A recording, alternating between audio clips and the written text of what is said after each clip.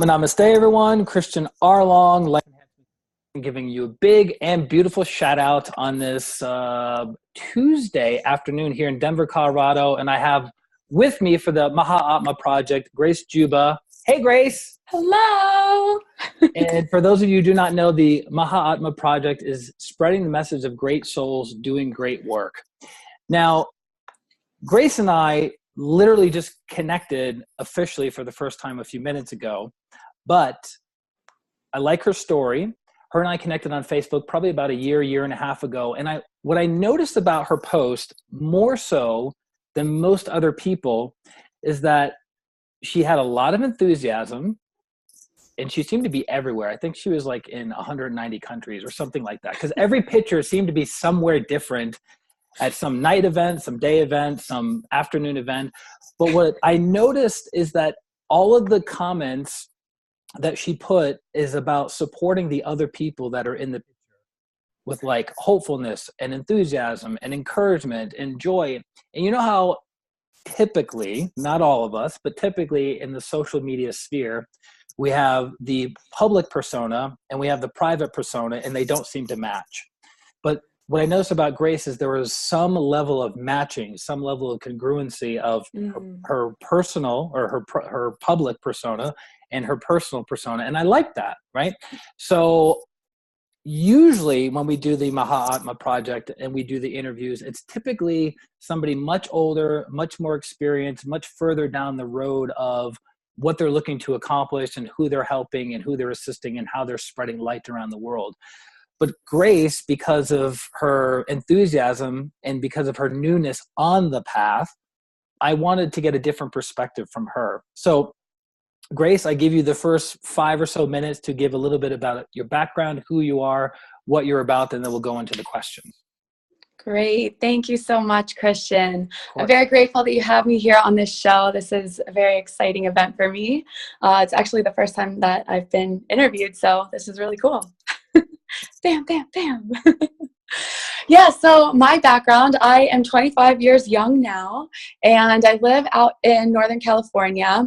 I'm from a small town in Pennsylvania, and I've just been rocking the journey. You know, I grew up, and when I was 18, I left my parents' house to go off to college, and, you know, it was a big event for me because it's what I'd worked for so long, and like I had gotten a scholarship and everything. And then when I get out there, you know, I was definitely like going through some personal turmoil, and, you know, I just started having like the big questions of life. What am I here for? What do I really want? Like, what is the purpose of all of this? So I started to dive deep into those questions, and, you know, I was very interested in philosophy. And I actually decided that school wasn't right for me at that time. So I left and I went to go live with my grandma, who is in Scranton, Pennsylvania. I'm sure some people have heard about that town. But yeah, so I went up there, and that's where I started to really get involved in yoga, meditation, and, you know, just start really diving into these questions that I have, and like, what's my purpose here? Who am I? So that's when I started to develop these habits and all of this interest in spirituality. And, you know, to touch base on spirituality, I was actually raised like in a very strict Catholic household. And, you know, I'm very grateful for that, because I do have like some strong values and morals from that. But then when I went to go live with my grandma, you know, and just, you know, the people that I was hanging out with, and, you know, the people that I was listening to, like Wayne Dyer, Deepak Chopra, and just learning all about meditation and yoga, I just, you know, and then I started to like learn more about Buddhism, Hinduism. Like, I just knew that there was a huge world out there, and so much of it related to me. And it really just kind of set me free on my path. And so now I'm out here in the Bay Area. I just got back from a 2-week journey in Bali, Indonesia, where I've made the decision to actually go back there in probably, you know, about a month. And I'm going to do buying a one-way ticket and I'm going to do a yoga teacher training and just kind of, you know, see where it takes me, because I have my purpose. I'm very clear on it. I'm clear on my mission, on, you know, how I'm going to serve the world. So I'm just excited to go learn more. I love it. See how clear that was, everybody? I hope you were taking notes and you see her enthusiasm and excitement. It's awe-inspiring. So you mentioned getting on the path, which leads us into, in essence, the talk that we have today. How would you define the path, or how would you define spirituality? That's a good question. And I'm sure my answer will evolve as I learn, as I continue to grow. But right now, spirituality to me means tuning in, aligning yourself, just tuning in to not only like your inner wisdom, but the consciousness that surrounds you, because we are all connected. The plants, the trees, the animals, the neighbor across the street, the person living in India that you don't even know about. We're all connected. We're all connected to the earth, the universe. So spirituality, I think, is just diving deep into that and, practicing principles of kindness, love, compassion, understanding, forgiveness. Yeah. And like I said, I'm sure it will evolve more as I go. Well, hopefully this will help add to that, right? Because we like to always have a little bit of teaching throughout the interview that we do. Love it. And so the crown chakra, right, known as the 1,000-petaled lotus, the crown chakra is the entry point for spiritual energy in each and every person's life. The more activated, the more developed somebody's crown chakra is, the more they not only know intellectually, but the more they realize experientially the principle of oneness. So as an example, if there's some natural disaster or even man-made disaster in another country, and you hear about it on the news, and you go onto PayPal, you go onto a GoFundMe, you go onto a Kickstarter, and you send money to help alleviate the pain, the sorrow, the suffering of another person who you've never met and most likely will never meet, that's an indicator of not the heart of generosity and love for others, but actually universal love, or the love of God and the love of all. So people that do that without any expectation of gain, those are people that have very activated, very developed crown chakras. When we do that with our friends and our family members and people who we interact with on a day-to-day basis, that's the heart. That's the function of the heart chakra. So spirituality is a greater realization of who and what we really are through lots of service, through lots of tithing, through lots of healing, through lots of interacting and experiencing the world. So that was a really good answer. I'm proud of you, girl, getting after it. Good. Thank you. I love your answer. That has opened up my mind. I love it. Not my answer. It's that guy's answer on the wall, Master Chola's answer.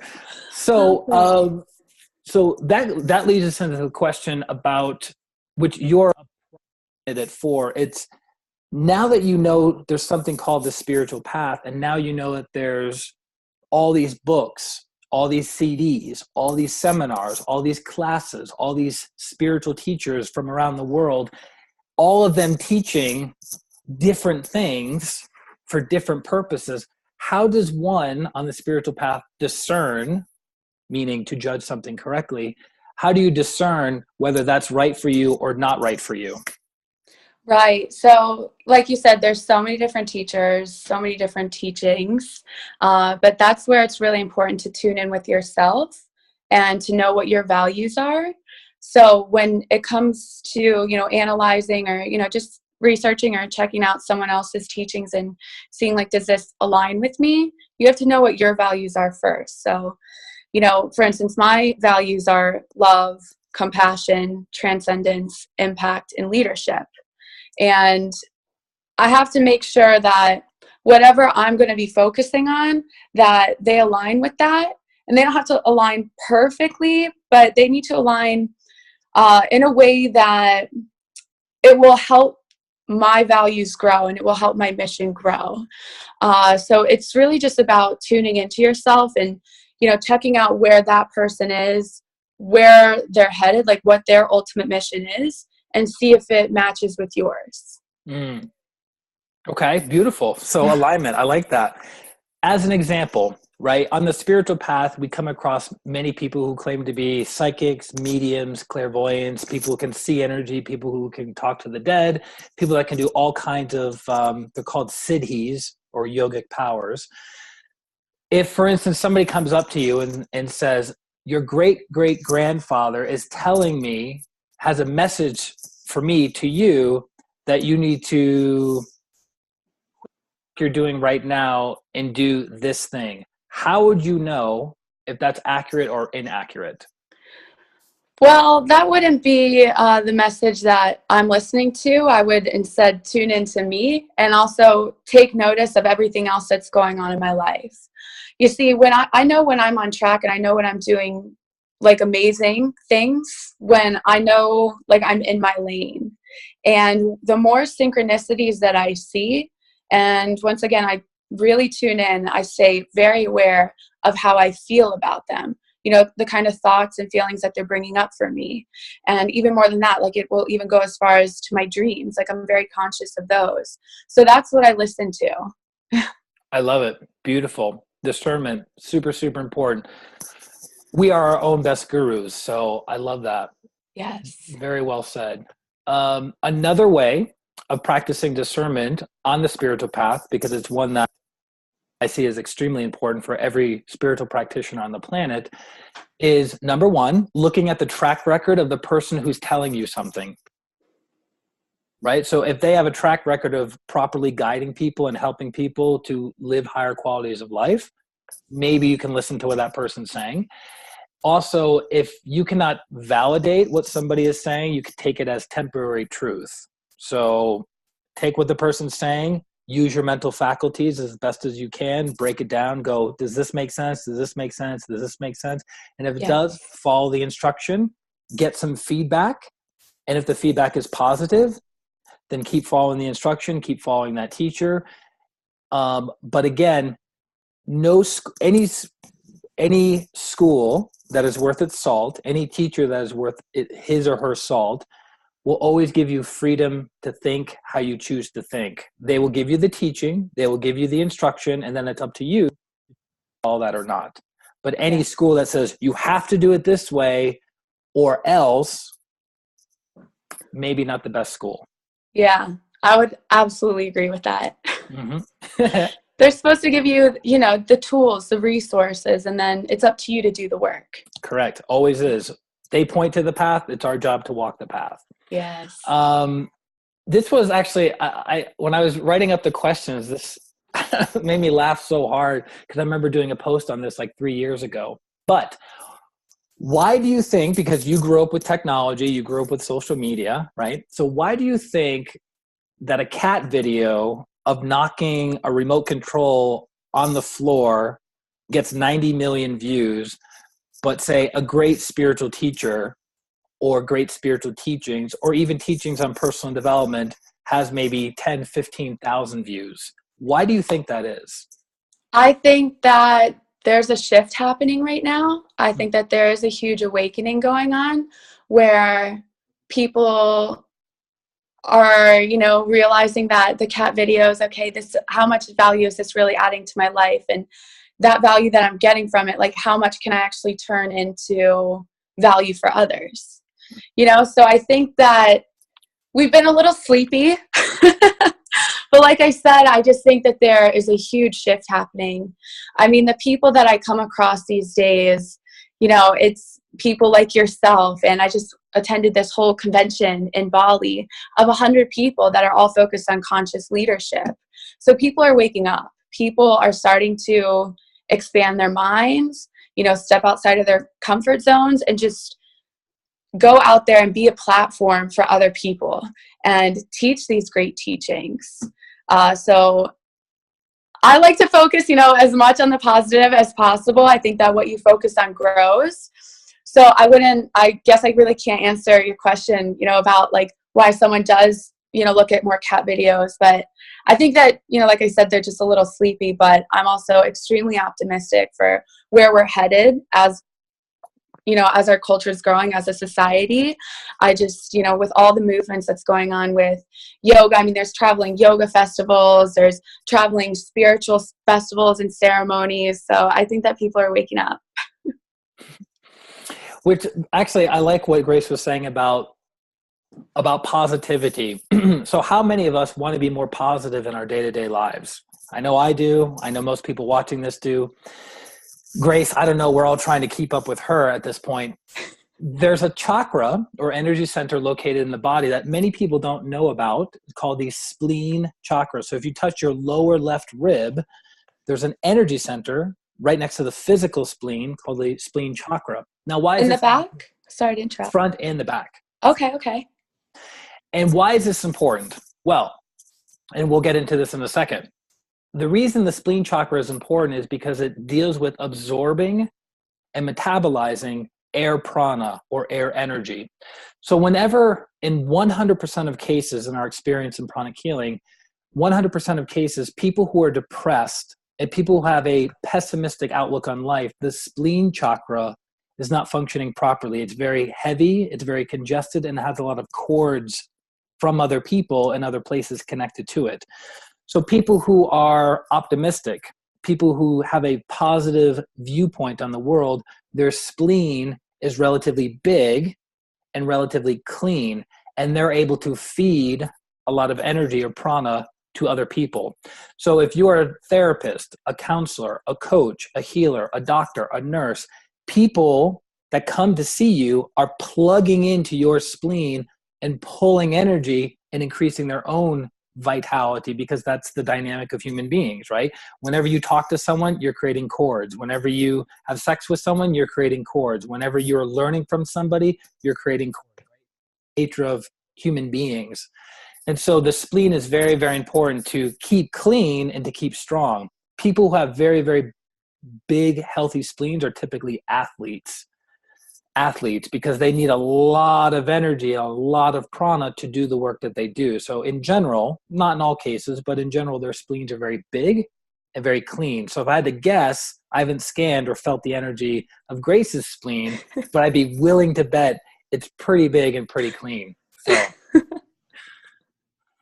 Why, thank you. I've never heard about the spleen chakra. Yeah, but I do appreciate that. Of course. Most schools, kind words. most schools teach the 7 chakra model. And this is another bonus lesson for the people tagging in on the stream, that the 7 chakra model was revealed about 100 years ago by the Theosophical Society in England. And these were very high-level spiritual practitioners and clairvoyants said, there's these things called chakras, but the ordinary Western mind is not going to be able to understand it. So how can we make it, 1, simple to understand, and 2, safe? So let's see, 7 days of the week, 7 colors of the rainbow, 7 notes of music, 7 chakras, okay? And that's why we talk about the 7 chakra model. Now, nowhere does it say in the holy books, the great teachings of the great religions, that there are only 7 chakras. It doesn't say only anywhere. It says there are 7 chakras, there are 9 gates, there are 12 fruits, all implying other things, other energy centers available. So that's for simplicity. And then the safety factor is there's a chakra located in the lower back called the Main chakra that any acupuncturist knows about, that if it's manipulated, you can increase or decrease blood pressure. So if you're not taught properly, you can increase somebody's blood pressure to the point of them having a heart attack. So that's why certain chakras 100 years ago were not revealed to the public. Wow. Knowledge. Mind explosion. I've got some homework to do, people. Chakra explosion. So hopefully you guys got a little value or a little nugget out of that one. So this goes into our next question, Grace. What do you think draws people to the spiritual path? I think people are just seeking answers. They want deeper meaning to life. Maybe they feel a calling inside themselves. but I think that the people who go to the spiritual path, there's something nudging them. Okay. Absolutely. So if it's answers, right? Because you said they're seeking answers. They're seeking deeper answers. Okay. So if you got the answer right now that you're a divine child of God and you're being divine love and divine power, which is a very high level truth and a very clear answer, is that all you need? No, I would want more. Why would you need more? Because there's a lot more to learn, I think. And so the reason why I'm on the path to spirituality is because I'm stepping away from a lot of what I've known, right? And over here, I've worked in a law firm for a few years, and then I was a recruiter, and I now own like my own recruiting agency, but I want to know more about spirituality so that I can learn other ways to spread it and promote love and promote peace and positivity worldwide. So yeah, I mean, I think seeking answers, like some of like the bigger life questions might be, one reason why people go down it. But I think also to deepen the connection that you have with source and with others, because like I said before, we are all connected and there is this divine consciousness, this universal wisdom, truth. I don't think I even have like the right words to, sum up my thoughts and like what I'm trying to even say. But yeah, I think people want to just be more connected with source. So in addition to having answers, what else is required? And what I mean by that is, let's say I want to start a business, right? And I read 100 books. I get all the knowledge possible about how to start a business, how to market it, how to bring in clients, how to keep going, how to file my taxes. I know everything, A to Z, on how to be successful in business. Does that mean I'm going to be successful in business? Yes or no? Absolutely not. Why? I have all the answers. Yeah. So it depends on how you apply the answers, what action steps you take. But once again, you need to make sure that it is in absolute alignment with you. Yeah, absolutely. Oh, Grace, I love you so much already. So do you guys get that it's not just about intellectual knowledge and intellectual knowing, but it's actually experiential, right? Mm-hmm. The analogy I like to give people, because it's graphic and because it makes a point, it's like you can explain what an orgasm is like to a 10-year-old, right? But until they have the experience, they don't understand it. There's no wisdom behind the experience. So that's why somebody can say anything, somebody can write a book about anything, somebody can create a video about anything, but it doesn't necessarily mean that they embody what it is that they're talking about. So that's where wisdom comes in. Wisdom. That was the perfect word to use. Embodiment. Yes. Yes. Yes. Nailed it. Knocked it out of the park. Couldn't have done it without you, Grace. So it's good. We're feeding off of each other's energy. Of This course. is what it's all about. It's what it's all about. We're all connected. We're all one, just like an avatar. Yeah. So, and I want to close up that last question with what I've noticed as a practitioner for almost 20 years and as a healer, professional healer for 15 years. What I've noticed is what brings most people onto the spiritual path or open and receptive to the spiritual path is a crisis. Most people, they have a crisis. The normal ways that they were getting answers from their environment aren't giving them a solution, aren't allowing them to move forward, aren't bringing them a deep sense of contentment or connection. Mm-hmm. So then they start going into the spiritual path. Then they start opening the books, start meeting with the teachers. Then they start doing the practices. And then a whole world opens up to them that they had no idea about before. Would you agree with that? Yes, I would. I would. I mean, not only do you see it in movies like Eat, Pray, Love, but I mean, it's very true for me and my story, and along with multiple handfuls of people that I know.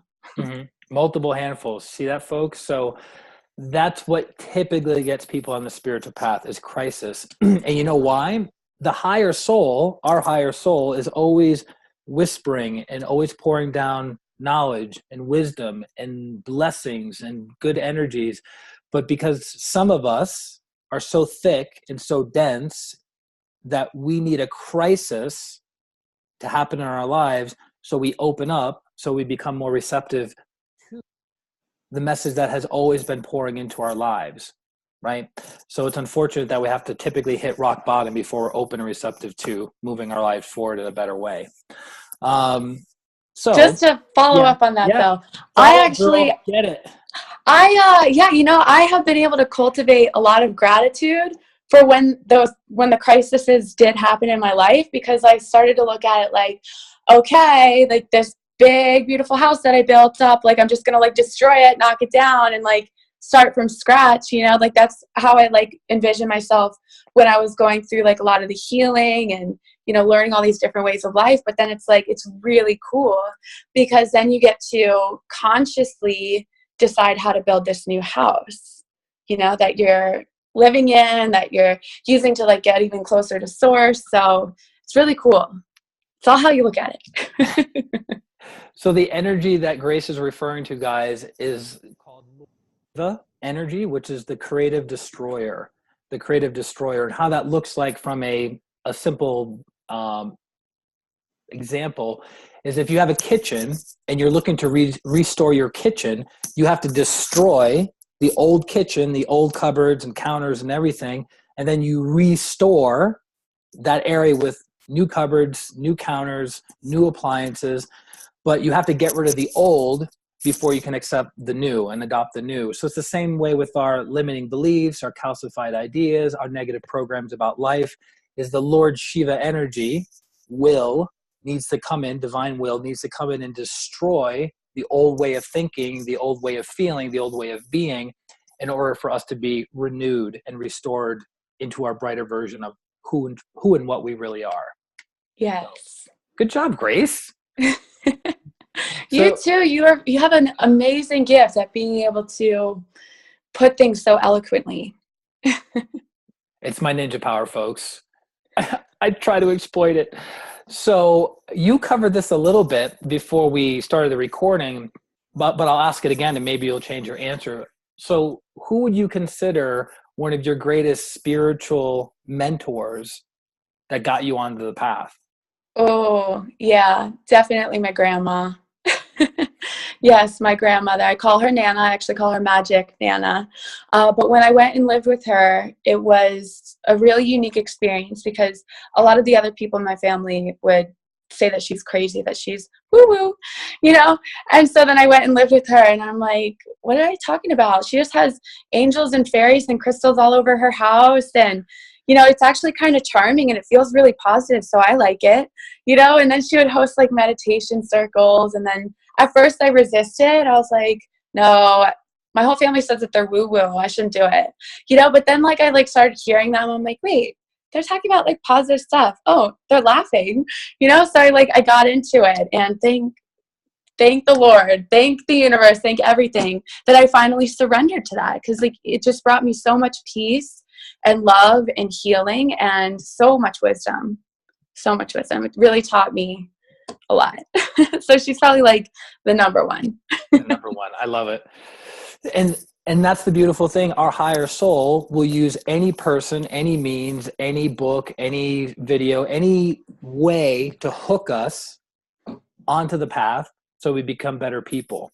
Yeah. So when we're open and receptive, and there are people who are not open and receptive for not just one incarnation, but for many, many incarnations, right?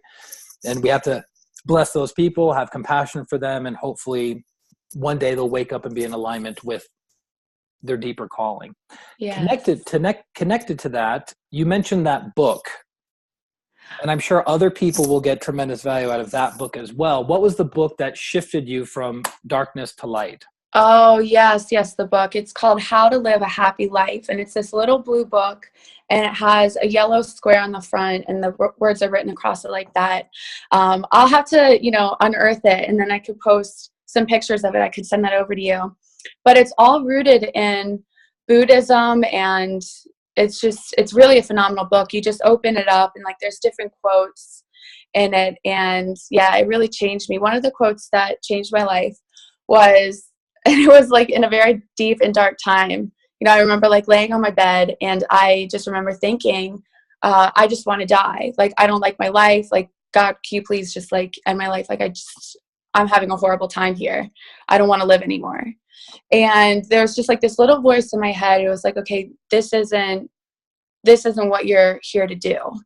So I got up off of my bed and, you know, I was like trudging over to the bookshelf because I'm like in like major depression. And so I pick up this book, How to Live a Happy Life, and I open it up to the page and the quote was, pain is inevitable, suffering is optional. And I had to read it a few more times and be like, wait, what do they mean? Suffering is optional? Because I'm suffering right now and this doesn't feel good. And if it's optional, that means like I can get out of it. Yeah.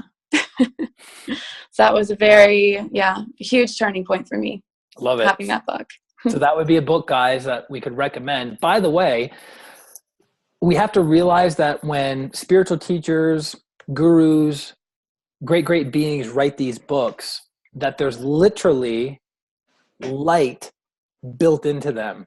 So when you open up, and if you see a lot of the old sculptures and paintings from several hundred to several thousand years in the past, that you see these great teachers hold books, right? Because books represented light.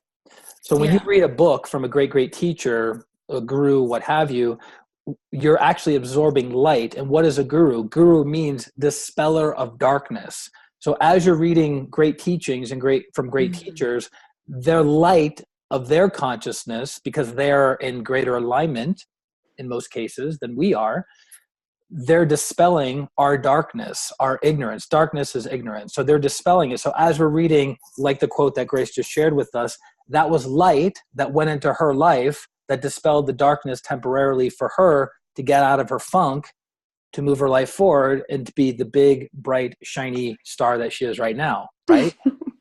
It's quite amazing. It's quite amazing. So coming to a close here, you said, now that you're on purpose, now you know what your Dharma is, now you know why you're here. Explain that if you have a clear way of saying it, get after it. What's your Dharma? I am a world peace leader. That is what I'm here for. Yeah. To work on uniting people around the world, spreading so much love and positivity. Yeah. And just, oh my gosh, that's what it is. You know, I say it and like I get goosebumps. I do. I remember when I was little, I would tell my mom, when I grow up, I want to be a servant. And she'd be like, what do you mean you want to be a servant? Like, they don't, like, what do you mean? You know? And so I didn't really know what I meant. I mean, I was really little, but now that I'm older, I'm like, yeah, go Grace. Like, you knew when you were younger. Like, I want to be of service to others. I want to know how I can help people and bring value to them. But, you know, it took some time for me to like really tune in to myself and focus on what my gifts are, you know, what my strengths are, but then to get past all of these limiting beliefs that I have that was holding me back. Yeah. So now I'm on the path, and I mean, it's just really cool because I know that things are going to change over time, you know, things are going to evolve, but like I said, I'm going to go off to Bali and I'm going to get my yoga certification. So that's just one avenue to do it, because I'm going to be able to connect with so many amazing individuals and, you know, spread the love and the kindness that way. But, you know, things happen fast. When you align yourself and you decide, the universe like will open everything up for you. Absolutely. It happens so fast. Because then I told one of my friends and she's like, oh my gosh, like I'm a yoga instructor and she and I are very much of the same. Well, we have very much of the same values. Like when you talk to her, you feel the love radiating from her whole being. And so we're going to host yoga retreats like around the world. And it's just going to be it's just going to be creating like a safe space for people to come and connect with themselves. And, you know, any kind of healing that will go on, it will be a very sacred space for that to happen. But yeah, just to spread so much positive energy. So the two qualities that Grace is referring to is bhakti, which is love and devotion. Mm. And the other one is karma yoga. So the two yogas she's referring to is karma yoga, the yoga of service, the yoga of action, and then bhakti yoga, the yoga of love, and the yoga of devotion. So do you know which religion combines karma yoga and bhakti yoga together? I don't. Christianity. Ha! That is interesting. Because they devote themselves to Lord Christ. They focus their love on Christ, right? The Sacred Heart of Lord Jesus. And then what are they always doing in community? Service, service, service, service, service, service. So those two forms of yoga equal Christianity. Wow. Yeah, beautiful. So That is beautiful. Grace is a walking, talking bhakti karma yogi. I love it. You know what, though? The universe just flows through me. Like, I am just a vessel. That's all I am. Oh, so beautiful. So the last part is, do you have any project you want to promote, any service you want to promote, any offer you want to promote, anything that you want to promote? Thank you. So I'm just getting started, so I could send over, a little link once I get it all set up. But, what I'm starting out with is just building a community that wants to focus on all of the love and the positivity that is in the world. So I'm going to grow that community up just by posting, reminders about attitude of gratitude and, acts of kindness that I hear of people doing. And I'm going to, open up, a little channel to do some interviews, which of course I would be so honored to have you on. But yeah, that's it for now. Just want to build a really strong community and, start uniting people from all around the world. But I have my Instagram account that I'm starting to build up, and I just want to get, as many people connected as possible.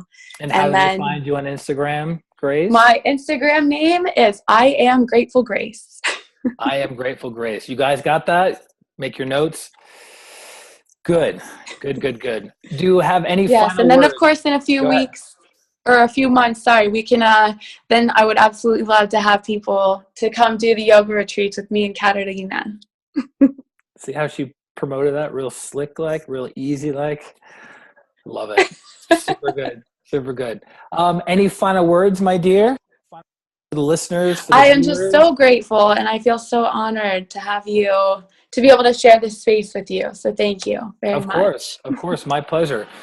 And that's it, guys. That is another episode of the Mahatma Project of spreading the message of great souls doing great work. If you have a friend, a family member, a colleague, a coworker, somebody that you know in your life that is doing great things to uplift humanity, to alleviate the pain, the sorrow, and sufferings of humanity, you can reach out to me directly at ChristianRLong@gmail. Send me the name of the person, some of their contact info, and why you would be recommending them. And as always, if you're in need of healing, you know where to find me, ChristianRLong.com. It's my website. It's my name. There's more information about me on there than my mom even knows. So that's it, guys. So this is Christian R. Long and Grace Juba wishing you a beautiful and phenomenal day, week, and life. Atma, namaste. Bye-bye. Namaste.